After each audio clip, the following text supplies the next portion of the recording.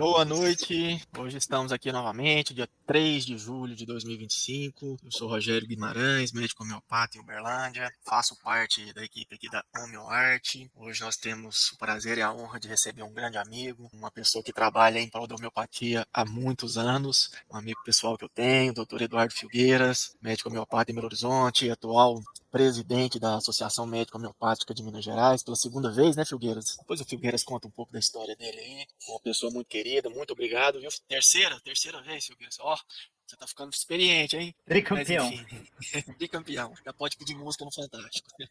Mas é isso aí, Filgueiras. Grato aqui pela sua disponibilidade. Espero que a gente tenha uma live muito agradável aqui hoje com você. Você vai trazer um tema aí muito interessante. Passo a palavra pro Gilberto, depois o Hamilton também tem uma palavrinha aí, e aí a bola será toda sua. Viu, Filgueiras? Um abraço e muito obrigado pela sua disponibilidade. Olá, meus amigos. É com muito prazer que recebemos hoje um companheiro também de longa data e que nos trará um tema de muita importância, que é a questão da homeopatia e a ciência, e ele vai definir um pouco melhor qual é a participação, onde é que ele acha que a homeopatia se insere com mais propriedade, né? É um prazer imenso ter você aqui, Phil, e estamos à disposição para essa troca de ideias e de experiências. Hamilton. É um prazer estar com todos vocês. O Fio esteve há pouco tempo aqui em Uberlândia, né? Nos visitando, tivemos a honra. E eu tenho certeza que nós teremos uma live muito interessante aí. Nós somos uma pessoa com bastante informação e bastante conhecimento da homeopatia aí, né? Muita vivência também. Seja bem-vindo. A palavra é sua, Filgueiras. Boa noite a todos. Obrigado pelo convite, por esse desafio, né? Não vou dizer é um desafio, né? Porque eu vou falar de coisas que eu penso comigo mesmo há muito tempo e que não são só homeopatia, né? São homeopatia dentro de todo um contexto de pensamento. Parabéns a vocês, os três, de uma vez aí, por essa iniciativa, né? De estar sempre com esse canal aberto aqui, uma vez por semana, trazendo assuntos diversos, favorecendo o exercício do conhecimento, o exercício da crítica, não é? Porque é bom a gente ouvir o que os outros têm a dizer, é bom a gente pensar sobre o que a gente está fazendo quando a gente escuta os outros falando. Então, certamente, essa iniciativa ela faz a homeopatia crescer. Muito obrigado pela presença, pela oportunidade. É bom ver vocês na luta aí. O Rogério, a de Berlândia, também conhecemos dentro de um outro contexto do trabalho médico, não é? E isso é uma coisa que está no espaço terciário também, o trabalho, né? A ciência está no espaço primário. Então, a gente faz as mesmas coisas, Rogério, mas quando a gente faz em tempos diferentes, não é a mesma coisa. Né? Os tempos são diferentes, o cenário é outro, os personagens mudam, então a gente... Essa ideia do dinâmico, né, de fazer a mesma coisa num outro tempo, é quando você está fazendo uma coisa diferente. Acho que essa ideia dinâmica, né, ela está dentro do contexto em que a homeopatia surgiu também. Então, quando a gente pensa em homeopatia, a gente tem que pensar nesse contexto dinâmico, até porque a homeopatia é uma obra aberta. Ela começou e foi se construindo enquanto conhecimento, mas o mais importante aqui é talvez começar por esse tal do espaço terciário da ciência. Que espaço é esse, né? Terciário da ciência. Quem nos ensina sobre isso é Foucault, Michel Foucault, no livro O Nascimento da Clínica. O Nascimento da Clínica, o Foucault faz uma historiação da medicina virando ciência, do hospital sendo o centro de excelência da prática médica, da questão da formação dos médicos juntos das universidades. Nós estamos falando aí do século XIX, né? Desde a Revolução Francesa, o Foucault avalia essa condição da ciência e da medicina, porque quando a gente fala da homeopatia, nós temos que falar dentro do contexto da medicina, principalmente, apesar de que a homeopatia não está só na medicina. Então, Foucault, nesse livro, é que nos ensina sobre essa constituição da medicina como ciência, não é? E nos espaços da ciência, o espaço primário da ciência é o espaço do conceito, a similitude, a dose mínima. E isso são os conceitos fundamentais que apareceram na homeopatia e em que todos os homeopatas concordam em como conceito. A gente passa para o espaço secundário da ciência, que é a expressão do conceito. Então, assim, o que é uma dose mínima? Quanto que é o mínimo do mínimo? Aonde que está esse mínimo? Que já é ainda um conceito entre os pares da definição de ciência, mas que encontram em expressões diferentes a realização daquele conceito. Então, a gente passa para esse espaço de expressão daquele conceito inicial, a gente começa a ter essa formação de várias linhas, né, de prática homeopática. Então, isso vem num desdobramento natural de algo que está se estabelecendo. Então, quando a gente fala do que a gente está vivendo na realidade hoje da homeopatia, a gente pode dizer que é um conhecimento que cada vez mais vai penetrando na sociedade. Cada vez mais. E aí é que está o tal do espaço terciário da ciência. Porque o espaço terciário da ciência é o espaço da prática social do conhecimento. É onde você pratica aquele conhecimento, onde aquele conhecimento encontra o seu objetivo, não é? No caso, o outro, humano, né? Porque tudo que é produzido, sempre na outra ponta tem um humano. Sempre tem. Você pode fazer uma coisa mais esdrúxula, mas na outra ponta que ele está sendo destinado para alguma produção, algum consumo, que tem na outra ponta um humano. Então, o espaço terciário da ciência é o espaço da prática social. E, enquanto o espaço primário e secundário da ciência são modelados de dentro para fora, quer dizer, é o consenso dos pares que vai modelar aquele espaço, que vai definir qual é a expressão mais verdadeira daquele conceito original, qual que é a mais fácil de aplicar, qual outra que está faltando, que ainda ninguém expressou isso, então vou pensar esse negócio aqui que ninguém nunca falou, porque isso expressa aquele conceito do espaço primário, onde todos concordamos, não é? Então, se a gente pensa na homeopatia, primeiro, ela nasce como esses dois conceitos fundamentais, né? Dose mínima e similitude. E aí que nasce. Depois, na medida em que ela passa para um outro estágio, ela começa a agregar, ela agrega um outro conceito, que no meu entendimento vai para o espaço primário também, que é a ideia da susceptibilidade. Mas isso não aparece no primeiro momento da homeopatia. Isso aparece no segundo momento da tia, né? Se a gente pensar que isso só aparece na quinta edição do Organon, não é? Praticamente 30 anos depois em que foi lançado o primeiro princípio da similitude, que é um novo princípio sobre o uso terapêutico, né? Que é o famoso texto de Hahnemann, que é 1794, e depois a gente volta lá nas enfermidades crônicas, não é? Que é 1827.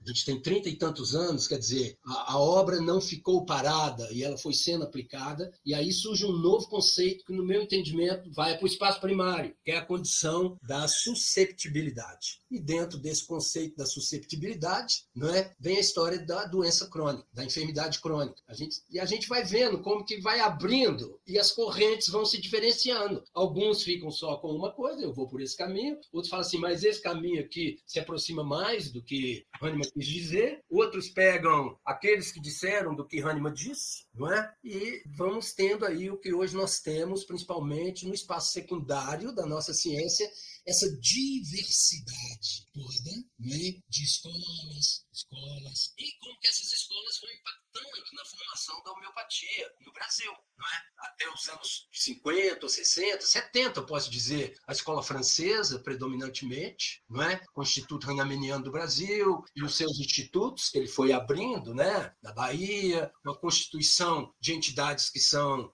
quase que centenárias, né? O Instituto Hahnemanniano é centenário, 166 anos, mas nós temos aí também, em Curitiba, né, também é uma terra da homeopatia, Nilo Caibo era de Curitiba, 1930, a Liga no Rio Grande do Sul, na Bahia, quer dizer, a gente tinha uma homeopatia basicamente dentro de uma escola de linha francesa, vamos dizer assim, não é? Quando vem toda a questão, começado principalmente por Curitiba, que era o Gamarra, né, que é a escola argentina, que traz a contribuição do Kent, principalmente, né? De observar principalmente essa condição da susceptibilidade levada na individualização, da observação e tudo mais. Depois se multiplica pelo James Tiller Kent no Rio de Janeiro, que traz o Marcel Lizaldi e aprofunda nesse espaço secundário, indo até a alma, né? Que é São Tomás de Aquino, e outros que hoje ainda estão falando disso aí, voltando lá em Hermes Trismegisto, nessa questão quase do destino, né? Da questão cósmica, da influência das forças astrais, que é muito como a antroposofia pensa a ação da natureza, não é assim que a homeopatia pensa. Enfim, esse é o espaço secundário. Alguém quer falar alguma coisa aí? Eu estou dando download aí. Não, tá boa a história, né? Por mim, pode continuar, Filgueiras. Continue aí e daqui a pouco faremos perguntas. Você Trocaremos me fala ideias. aí quando eu passar dos minutos aqui, viu, Rogério? Eu tinha ligado o meu. Não, pode ficar tranquilo. Pode continuar. Mas esse é o espaço secundário, né? É nesse espaço secundário aí da homeopatia onde que a gente fez a homeopatia se expandir no Brasil. Onde que a gente tinha, principalmente nas entidades de representação, a formação. Era ali que elas se formavam, a maioria, né, dos cursos eram dentro das entidades formadoras e esses cursos, eles trouxeram recursos para fazer a representação. Se não tivesse esses cursos, não teríamos a representação, né? E a gente conseguiu construir essa representação, né, para nos apresentar exatamente no espaço terciário, que é o espaço social. Então, por exemplo, não basta você ser médico e ter um diploma, né? Você tem que ter o seu diploma registrado no conselho, você tem que ter um alvará da prefeitura para você abrir seu consultório e você tem que pagar ISSQN para você poder exercer sua prática. Então, a prática de um conhecimento, ela é modelada de fora para dentro. Não só no sentido da representação entre os pares, representação de ser reconhecido, né, como uma especialidade, que isso é um avanço no Brasil, é praticamente um dos poucos países que reconhecem a homeopatia como uma especialidade médica. E se isso foi possível, foi porque houve todo esse trabalho de construção de uma representação, não é? Que ainda hoje é muito instável, porque naturalmente essas entidades associativistas estão muito esvaziadas. Não é só a nossa, todas as entidades, porque o social não está mobilizado para essa construção. O social está mobilizado para outro tipo de ação muito mais individual do que coletiva. Então, eu acho que foi um grande avanço a gente ter construído a especialidade médica, né? Ter construído essa cadeia de formação que é informal, é uma cadeia informal, mas que visa formar especialistas de uma especialidade que está só encolhendo, paradoxalmente, apesar de que, enquanto prática, ela vai só se expandindo, porque são muitos médicos praticando homeopatia que não são especialistas, não têm o título de especialistas, não estão importando para isso. São muitos leigos praticando a homeopatia. É a homeopatia sendo aplicada em outras áreas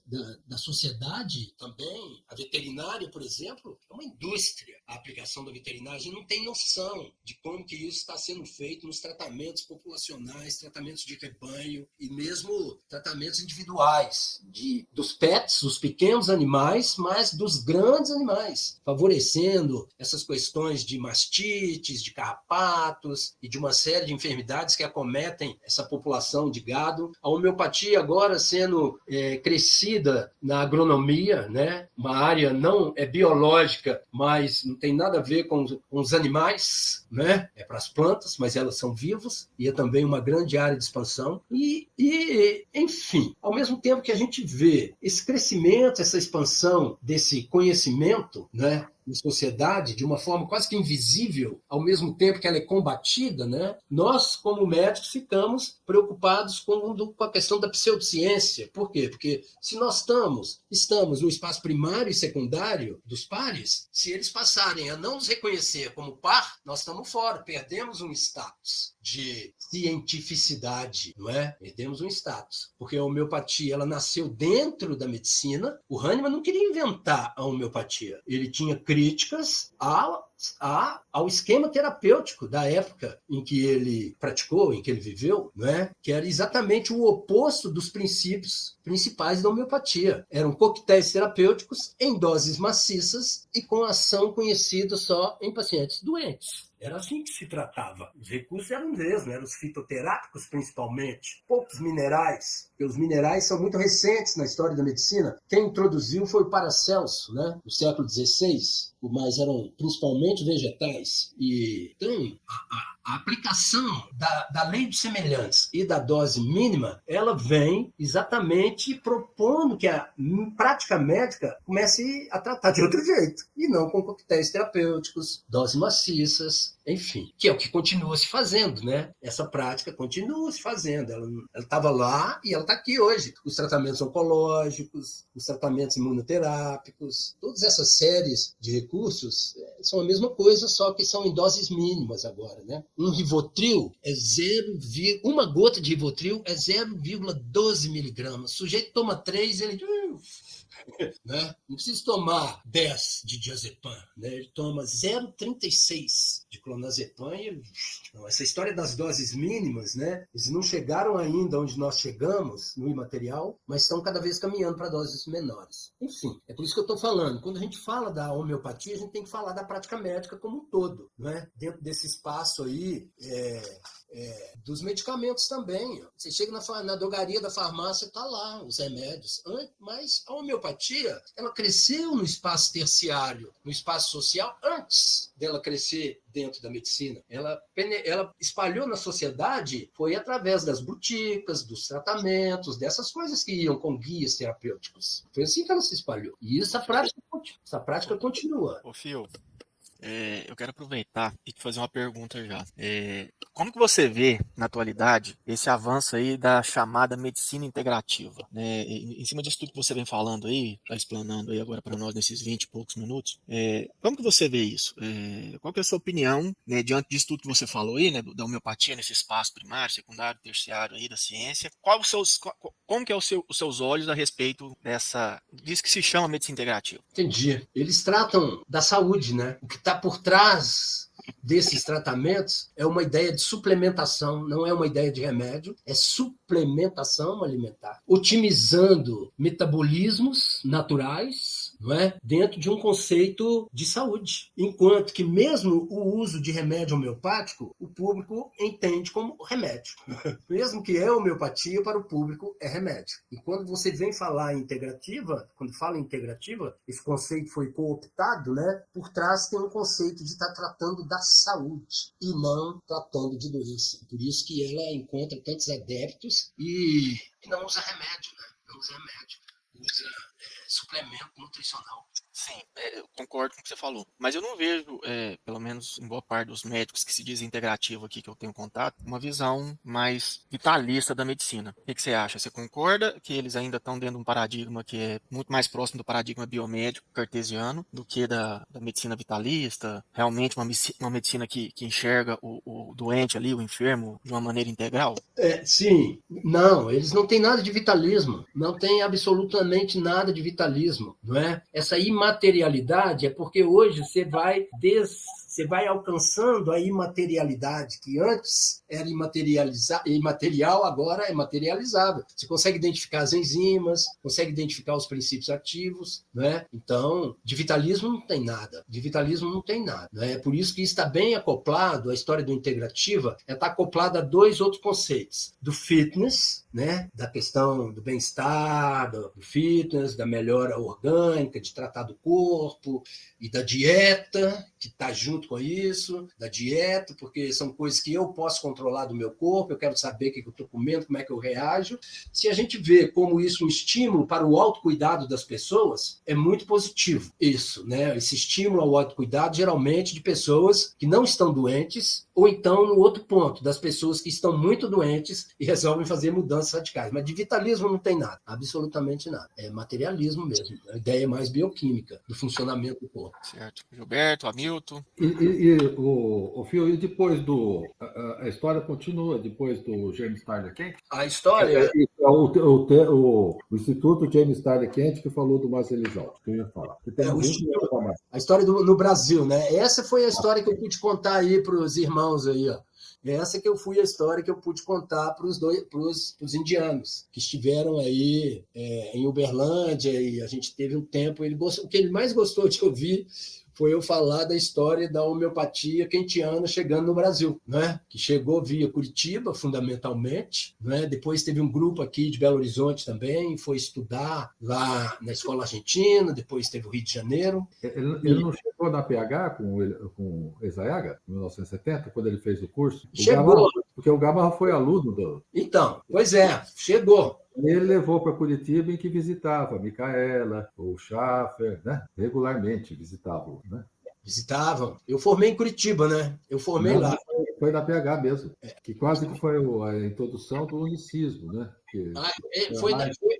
Foi na PH antes de ser em Curitiba, é isso que você está falando? Isso, porque o Gamarra foi aluno do Elisaldo, do Ezaiaga, né? Francisco Xavier Ezaiaga, que estava o Matheus Marim, o Milton Godoy, o Gamarra, lá de Ribeirão Preto, o Isal Carneiro, que depois ele seguiu outra linha, né? Mas eles eram todos fizeram esse curso.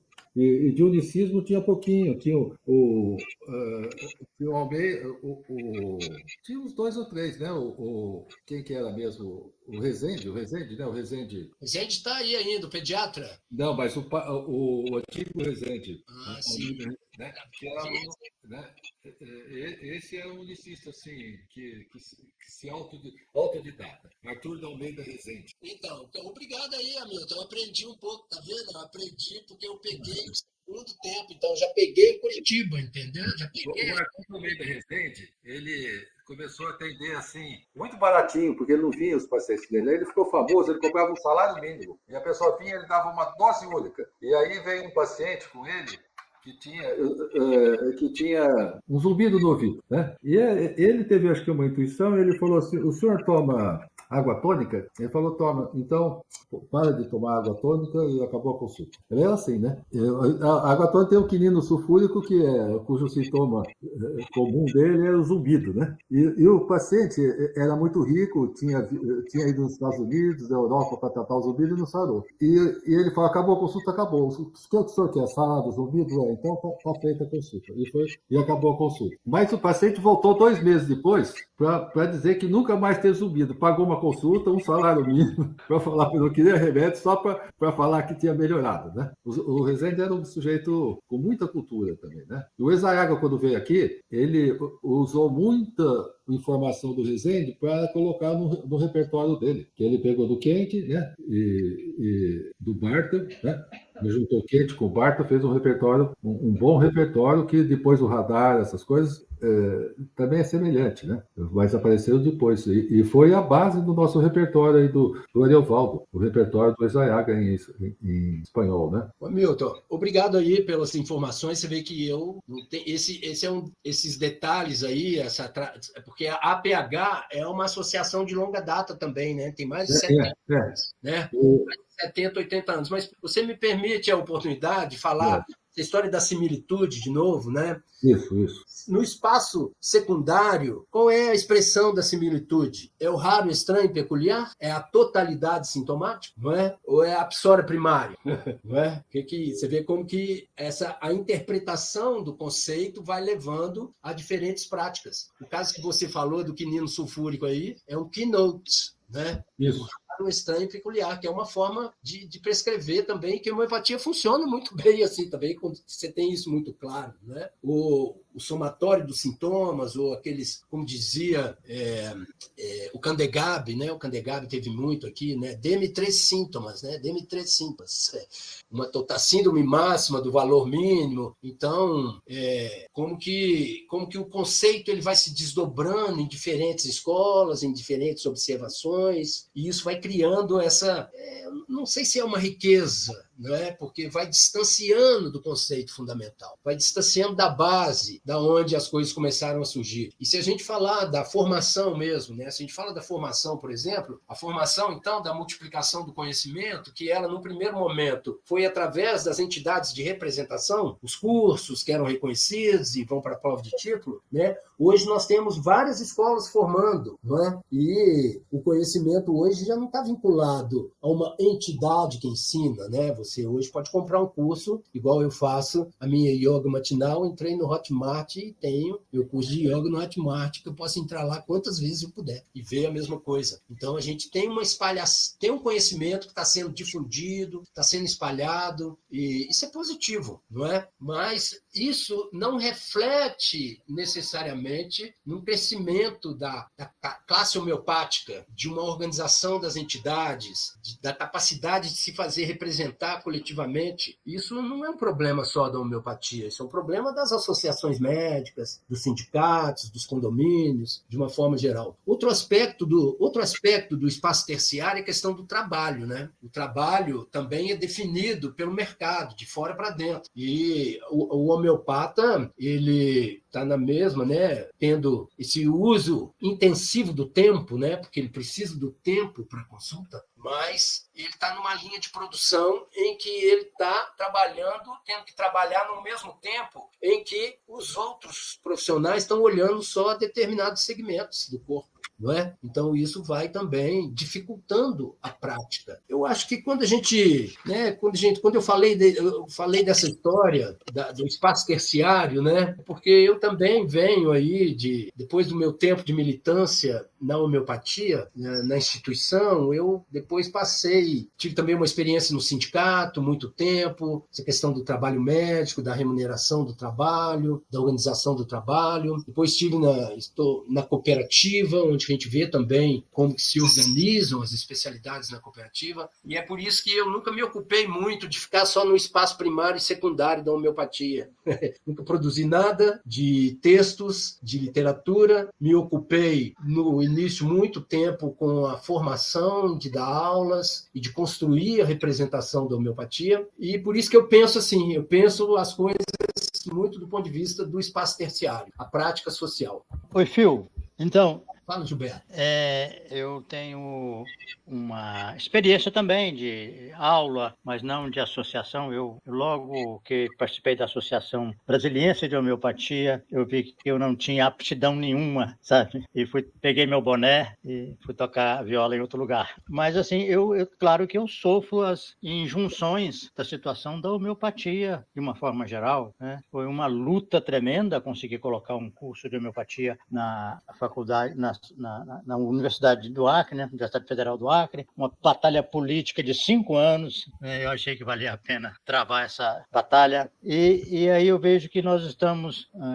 quando eu fiz esse curso lá, eu podia ter feito diretamente na universidade, mas eu consegui fazer um vínculo com a Secretaria Municipal de Saúde de Rio Branco. E eu pensei que seria muito interessante, o primeiro curso patrocinado pelo Ministério da Saúde, e que teria mais gente depois seguindo esse roteiro, né, para aproveitar a porteira aberta, sabe? E nada, nunca soube de nenhuma associação, nenhum homeopata que fizesse esse percurso.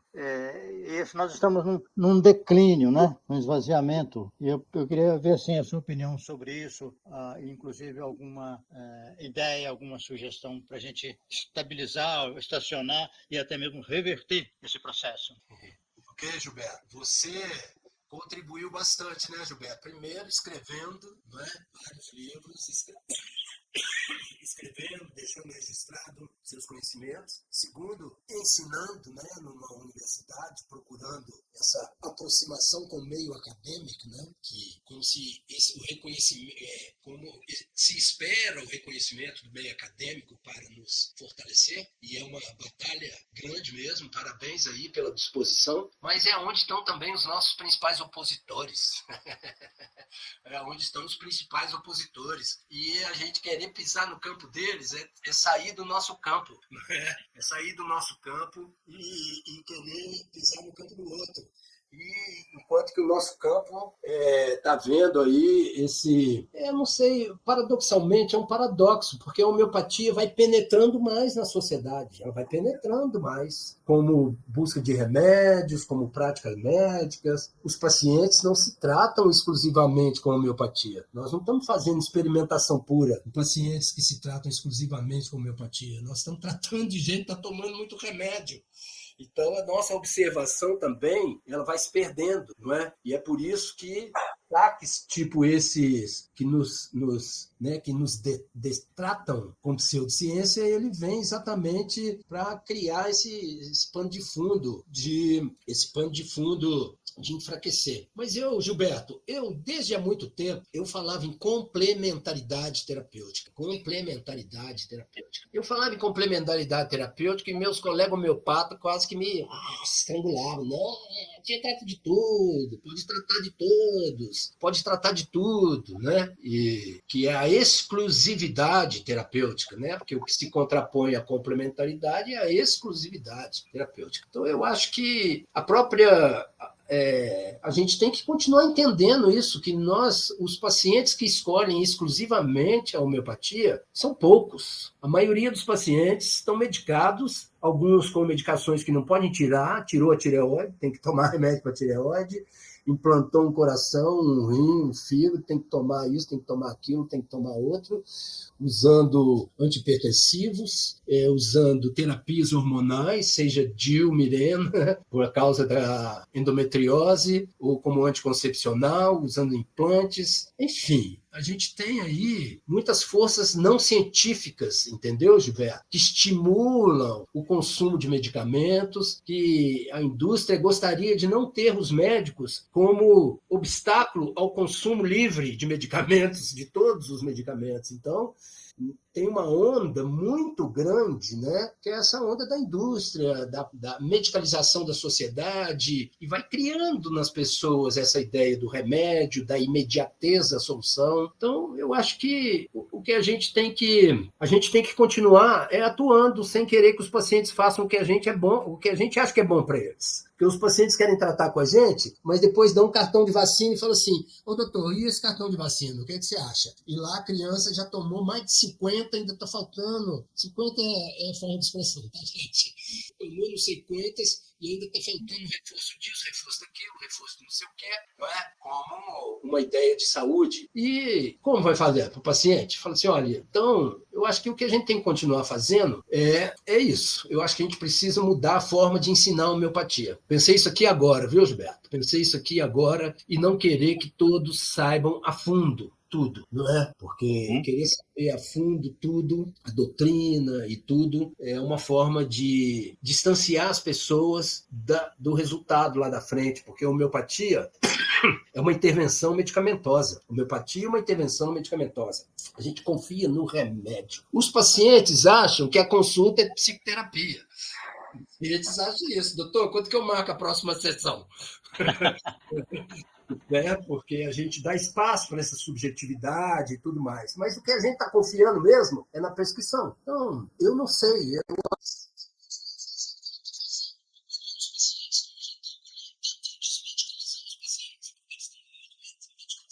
Excessivamente medicalizados. E vamos na muda aí. Acho que a medicina como um todo está sofrendo esse Rafael, você teve uma ideia aí, parece que pela primeira vez, eu tive aqui também, sabe? Eu penso que nós precisamos divulgar com mais ênfase para as pessoas que elas têm que se tratar com homeopatia antes de ficarem doentes, porque senão elas vão ter que se encharcar de medicamento, né? Porque a cultura hoje, né, da civilização é isso que você disse. Você descreveu muito bem, né? A pessoa é forçada a tomar uma quantidade imensa de medicamentos, de substâncias. A própria integrativa que o Rogério falou, né, o suplemento, muitas vezes, ele tem efeitos medicinais. E até prova em contrário, esse é medicamento, entendeu? Você tem efeito medicinal. Então, assim, vão dourando a pílula para poder conduzir as pessoas à custa de substâncias, né, enquanto ela vai piorando progressivamente a saúde. Se ela faz um tratamento homeopático com antecedência, se ela se antecipa, né, ela pode conservar mais tempo a sua saúde e demorar a ter que introduzir algum medicamento químico para um efeito mais evidente. O que você acha da ideia? Eu acho que é isso, né, que seria preventivamente, né, uma ideia higiênica. Isso é uma ideia higiênica, né? Assim, e toda essa história do integrativo, do fitness, ou do autocuidado, você vê, nós estamos agora vivendo a história do Ozempic, né? O Ozempic. Acabou esse negócio de ficar fazendo regime e ficar correndo para poder perder peso. Ozempic, perde-se 5, 7, 10 quilos. E quem está desesperado com isso? Os que fazem cirurgias bariátricas. Tanto que eles já mudaram o protocolo, não é? Porque se essa turma toda emagrecer, como é que vai ser? Mas corroborando sua ideia, Gilberto, eu queria dar um upgrade nela e falar que acho que a gente precisa manter também essa abordagem humanista que a gente faz da homeopatia. Acho que isso é fundamental. Isso diferencia fundamentalmente essa ideia hipocrática, né, que nós tratamos doentes e não doenças. Porque o paciente chega lá, fala da enxaqueca, fala da enxaqueca, fala da enxaqueca, fala da enxaqueca, fala da enxaqueca, conta 30 anos de enxaqueca, e no final ele fala assim, mas sou muito ansiosa, mas sou isso, sou aquilo, sou aquilo, sou aquilo. E daí você dá para ele, para que você remédio, doutor? Daí você tem que ensinar para o paciente, fala assim, olha, a homeopatia trata alguém que tem enxaqueca e não a enxaqueca de alguém, né? Porque um foco está na enxaqueca e o outro foco está no doente. Então, acho que a gente precisa reforçar muito essa prática, essa ideia hipocrática dessa condição do subjetivo e do ponto de vista vitalista, que a gente começa a adoecer nessa dimensão mais sutil, não é? Que é essa dimensão sensorial, como diz o Hahnemann, né? O Hahnemann já colocava lá que a gente adoece primeiro disfuncionalmente ou sensorialmente. Tem um outro cara que escreve hoje, que é o Byung-Chul Han, não sei se já ouviram falar, é um sociólogo também, Byung-Chul Han. Ele tem um nome coreano, mas ele é alemão. O livro dele chama A Sociedade do Cansaço. A Sociedade do Cansaço. Ele fala como que hoje as doenças são predominantemente neurosensoriais e não infecto-contagiosas, como foi nesse grande salto da medicina do século XIX, com os antibióticos e tudo mais. Ele fala hoje, principalmente, que a maior parte do adoecimento é neurosensorial. E ele tem completa razão, porque a gente vai vendo hoje do que as pessoas vão adoecendo. Né? Vão adoecendo de demências, de transtornos de ansiedade generalizado, de estafa, de fadiga, de cansaço, de desânimo, de estados de humor. Isso, se você pega os afastamentos de trabalho, são predominantemente de saúde mental. Então, Gilberto, corroborando ainda a sua pergunta, além de valorizar a questão da subjetividade, a gente deve dizer como a homeopatia aborda muito bem essa dimensão sensorial, dimensão da saúde mental. Ô, Fio, pegando carona no que você falou, a própria medicina tem reconhecido, assim, a medicina oficial, né? O excesso de medicamentos. Então, a geriatria, por exemplo, ou mesmo vários, já tem a chamada prevenção terciária, né? Prevenção e a desprescrição. Quer dizer, existem vários cursos de desprescrição de medicamentos. O cara está tomando bloqueador de bomba de cálcio lá há 30 anos. Então, existem várias formas. E alguns homeopatas geriatras que estão fazendo curso lá no CEL com a gente, eles dizem que usando a homeopatia como complementar e depois até como terapêutica principal, ele consegue desprescrever mais rápido os idosos que estão muitas vezes adoecidos de tanto medicamento que tomam, né? E a prevenção terciária, que tem sido estudado muito, a primária a gente sabe que as medicinas, as condições higieno-dietéticas, né? Educacionais, etc. A secundária, através desses exames que se faz periódicos, colonoscopia, prevenção, Papa Nicolau, etc., mamografias. E a terciária seria quando você exagera na secundária e começa a ter efeito colateral. Você, por exemplo, faz biópsia de próstata desnecessariamente, e o sujeito tem, às vezes, tem provas, estudos de muitos pacientes que fizeram isso, que às vezes tem mais complicação na prevenção do que sem fazer prevenção. Então, já a prevenção terciária é evitar o excesso da secundária, né? Então, às vezes, a pessoa passou dos 70 anos, já está com o colo lá mais fininho, vai fazer a prevenção por colonoscopia, lá perfura o colo. E já não tem tanta necessidade de fazer prevenção. Vamos só fazer o exame se tiver sintomas da doença, não preventivamente, né? Então, os protocolos, né, Milton? Faz os protocolos. Então, e aí você faz um protocolos mais light da chamada prevenção terciária, né? Vamos avaliar se tudo isso que a gente faz está fazendo bem ou está fazendo mal, né? O segmento do câncer de próstata com PSA provou que estatisticamente não muda.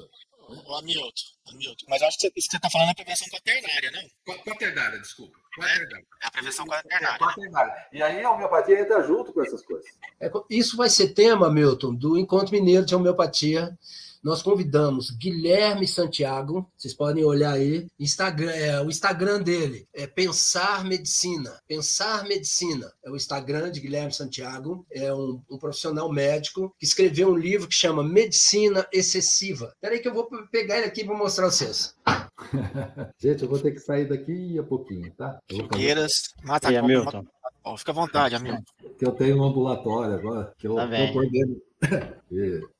Que maravilha. Não, Tá estava certo. certo, estava certo. Estava certo. Estava certo. Isso, ótimo. Medicina excessiva, o Guilherme Santiago, ele é um médico que tem 30 e tantos anos de formado, é gastroenterologista, e nós vamos abordar, ele aceitou o nosso convite para vir fazer uma palestra, exatamente porque você vê o livro dele, ele fala de vários itens aqui, né? Primeiro ele cria a história, depois ele vem e fala a tecnocracia e a hipocondria social, né? Porque o povo também está muito doente. O excesso de diagnóstico e a supervalorização do nada. Assim, vamos investigar. Uhum. Então, nós vamos abordar esse assunto no Encontro Mineiro de Homeopatia, um dos temas que vai ser trazido. Estaremos lá. Ô, Filgueiras, eu tenho um compromisso agora, então eu estou precisando sair já no finalzinho do segundo tempo, né? Aí põe um reserva aí, que mais jovem, com mais força. Então, um abraço, foi muito bom conversar com você. Você tem não coloca soluções, coloca amplia. Maravilhoso, viu? Muito Amplia bom. a nossa ignorância. Sim. E as nossas perguntas, as nossas certezas, tudo isso daí, tá? Eu acho que é ótimo conversar com pessoas que introduzem pensamentos, ideias e reflexões. Muito bom, tá? Um abraço, a gente ainda se encontra outras vezes. No encontro mineiro, até mais. Boa noite, Hamilton. Boa Ô, noite. Até mais, Filgueiras, Hamilton. Filgueiras, eu quero aproveitar e te fazer uma pergunta aqui. Foi discutido algumas semanas atrás, 2 ou 3 semanas, até com a doutora Mônica Cunha, lá da Bahia. Já houve ou existe algum contato entre a Associação Médica Homeopática de Minas Gerais e a Sociedade Mineira de Medicina da Família? Porque igual o Hamilton trouxe aí essa questão da prevenção quaternária, né? Se a gente fosse estudar a homeopatia, vamos falar assim, a raiz ou a base da homeopatia e da medicina da família e comunidade, a gente vê que tem muita semelhança entre o que cada uma propõe. Então a minha pergunta é essa: existe algum movimento, alguma aproximação? Como que você vê isso? Para a homeopatia estar, de uma certa maneira, em contato maior com a medicina da família, que é um campo aí que eu vejo de trabalho pro ensino de homeopatia fenomenal. O que você conta para nós, assim, sendo hoje o atual? Inclusive, o perfil, né, da homeopatia está dentro do perfil da saúde da família, né? Está lá. Olha, Rogério, do ponto de vista da representação institucional, eu posso te dizer assim que depois de eu falei que fui presidente 3 vezes, né? Mas tinha 23 anos que eu não era. Então é por isso que eu estou voltando num outro tempo, né? Onde que a gente construiu o que a gente conseguiu construir lá da associação, nos idos de 80, e depois a associação se manteve, o trabalho das pessoas que estão lá e que mantém os cursos, mantém o cuidado, mas a associação aqui, se a gente pode dizer, da Homeopatia de Minas Gerais, ela, vamos dizer assim, ela perdeu um pouco esse espaço terciário, dos contatos sociais, dos contatos com outras especialidades. O que a gente faz? A gente sempre oferece aos profissionais do SUS, que querem fazer o curso de homeopatia, a gente oferece um desconto. A gente oferece para profissional do SUS. Por isso a gente recebe muitos profissionais do interior, tem 30% de desconto, eu acho, na mensalidade. A gente oferece também para os profissionais aqui, para a Unimed, para a cooperativa. A gente oferece para os cooperados. A gente antes direcionava para pediatria, para medicina de família, para essas coisas, mas agora a gente não direciona mais, desde que o profissional se interesse, né? Mas eu acho que os médicos estão muito mergulhados no que eles estão fazendo, assoberbados de trabalho, entendeu? E aprender qualquer coisa nova é muito difícil, e os novos estão querendo, de qualquer jeito, ganhar um espaço de trabalho, e se você vai ver, se a gente pega as pessoas que vão estudar homeopatia, são profissionais maduros, pessoas que estão com 15, 20 anos de formado. São essas que querem agregar uma prática nova, né? E, ao mesmo tempo, a gente está vendo legiões de novos profissionais aí formando cada vez mais dentro dessa ideia de protocolos científicos, de repetir a mesma coisa. Então, eu defendo principalmente que o nosso principal déficit atualmente é comunicação social. Comunicação social. De estar presente em comunicações como essa, voltadas para o público leigo, ter sites que esclareçam, que a gente vê a informação sendo difundida aí. Agora, né, com o advento, então, da inteligência artificial, por exemplo, apesar dela não fazer diagnóstico, né, se você tem um curso de inteligência artificial em homeopatia numa plataforma, não é só para médico homeopata, né? Ué, acho que não. Ela está ali, né? Então, ao mesmo tempo, a gente começa a ajudar essas pessoas que estão prescrevendo, mas numa preocupação de que elas utilizam a homeopatia de uma forma melhor, já que a gente não consegue evitar que elas prescrevam, mas que elas tenham mais orientação e tenham mais senso na hora de utilizar a ferramenta terapêutica, né? Senão, em vez da gente espalhar uma coisa, em vez da gente fortalecer a homeopatia, a gente enfraquece. Ok. Muito bom. Mais alguma pergunta, Gilberto? Nós já estamos caminhando aí para o final. Bom, eu acho que foi uma boa introdução, que vai voltar em outra ocasião, né, para a gente continuar o baile. Foi muito bom mesmo. Você pode Olha, encerrar então, Phil? Eu queria dizer o seguinte, eu vivo de ser médico homeopata, tá, gente? Eu faço consultório 6, 7 horas por dia. Então, quando eu falo aqui, eu trouxe muito essa experiência minha fora do consultório, né? Em instituições, sindicatos e tudo mais, das minhas leituras pessoais que eu gosto de fazer, mas fora disso eu sou um homeopata clássico. Eu sou um homeopata clássico, eu estou lá dentro dos fundamentos clássicos e vejo com preocupação essa diversificação muito grande de abordagens, de novas escolas. Vejo que os homeopatas ficam ansiosos por alguém que lhes ensine a varinha mágica, né? Uma nova forma de prescrever, uma nova forma de prescrever, e daí vem sempre os mentores, os gurus. Já temos o próximo tema para sua entrevista, então. Né, Gilberto? Você já vai se preparando, porque o semestre está acabando, o semestre que vem já está começando, e você certamente será um entrevistado para falar sobre isso aí que você... Esse tema aí é polêmico, mas é muito necessário, extremamente. Incomoda muito gente, porque realmente eu recebo, eu vejo de grandes colegas, de grandes amigos aí, isso que é homeopatia. Mas enfim, né? Isso é o próximo. Então, logo, logo já fecharemos uma data com você, viu, meu prezado? Você viu que eu Já vai custei para preparando. definir, né, Rogério? Você viu que eu custei para definir o que eu ia falar. Pois é, por isso que eu tô te avisando, hein, já com antecedência, para você já pensando no título. E a foto eu já tenho, tá? Ô, Filgueiras, agradecido, viu? Foi uma honra aqui, um prazer mesmo te escutar. Gratidão pelo seu tempo aí. Um abraço. Tem uma pergunta aí, né? Finalizando aqui do Luiz FB, né? Boa noite. Curso técnico homeopatia seria uma opção?